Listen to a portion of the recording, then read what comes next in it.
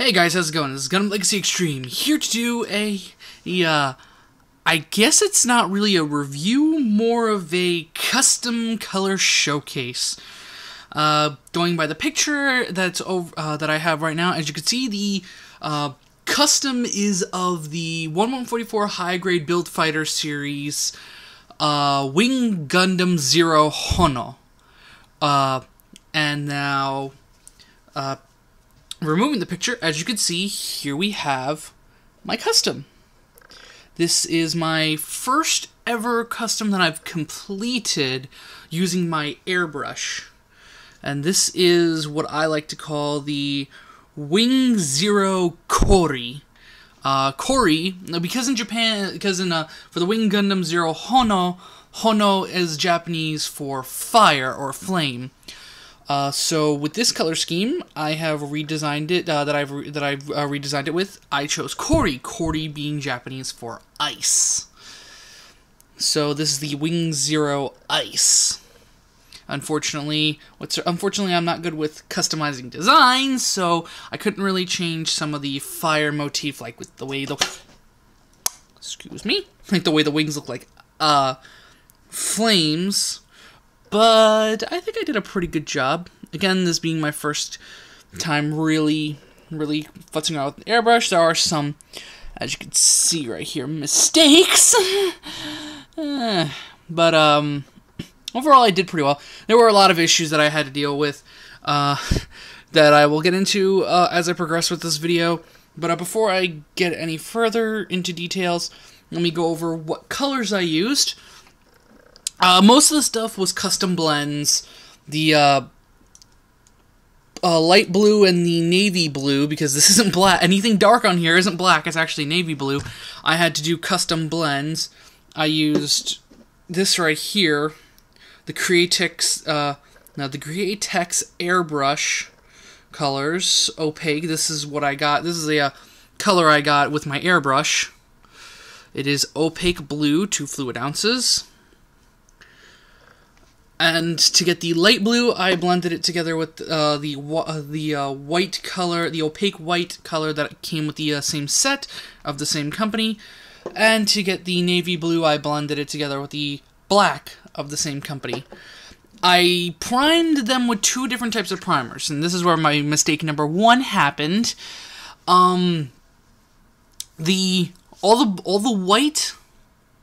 All the parts that were white that are now the lighter blue color, I had primed with my, oh my god, I forgot the name of it, but it was, I forgot the name of the company, but it was, hang on one second. It is the Vallejo USN Light Ghost Gray Primer. That is, I'll put a picture of the bottle of it, because I threw the bottle away because it ran out, stupid me. That's the primer that I used when I primed the white parts, but I ran out of it right when I was done with all the white parts, so I switched over to my Spastic white primer, which it's supposed to work with airbrushes, but this shit is really thick. Yeah, that's what she said. It doesn't say to thin it, which is the problem, and yeah, warning, flammable. So, at the beginning, when I was trying to, my airbrush was getting clogged up constantly because this shit is so thick. I really don't like this primer.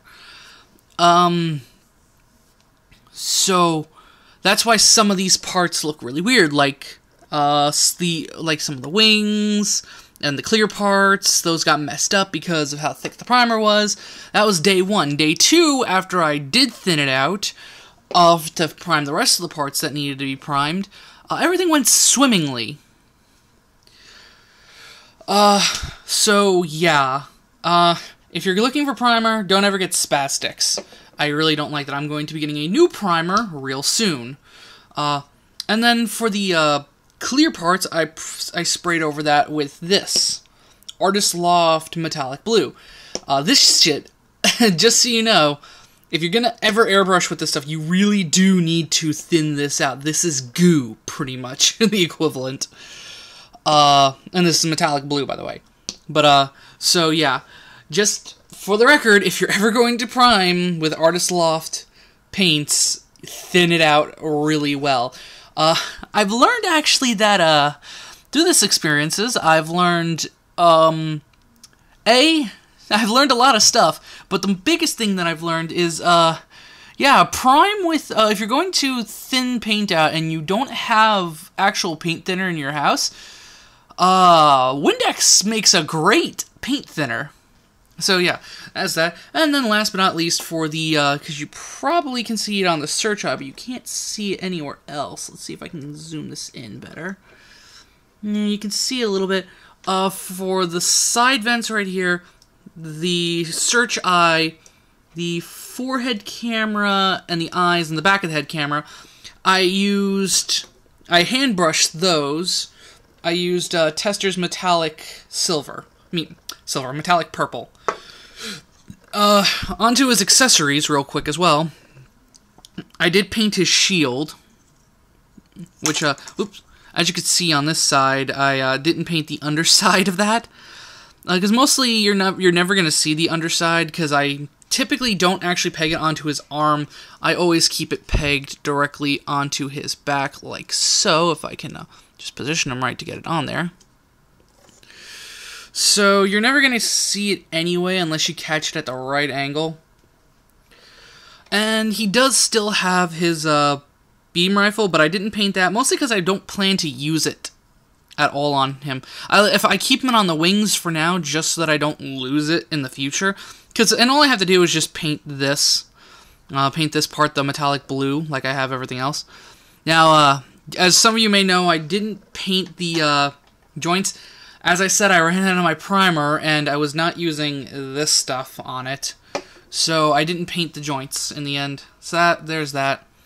But overall, I'm actually really thrilled with how this custom came out.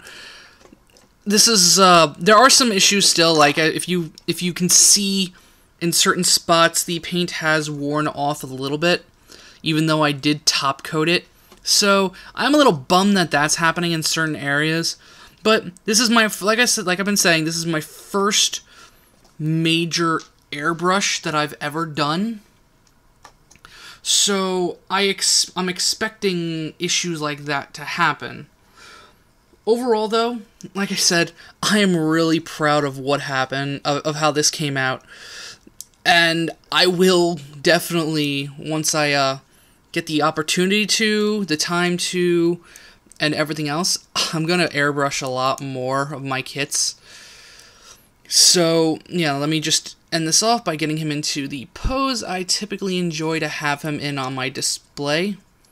Yeah, the thing I found even before I painted this is, because you can't see, the ball joints for the shoulders are really, really terrible. They pop out of the, even before I painted it, they popped off all the time. And it really got annoying. And his legs don't like to stay on that often. That's another thing that's always happened. And I don't know why. And I do peg him in all the way, because I do peg him in until I hear the pop. So I know I know that works too. But yeah, so this is GundamLegacyExtreme. I'm signing out. That's the pose I love to have him in the most. And I will see you all later, people. Peace.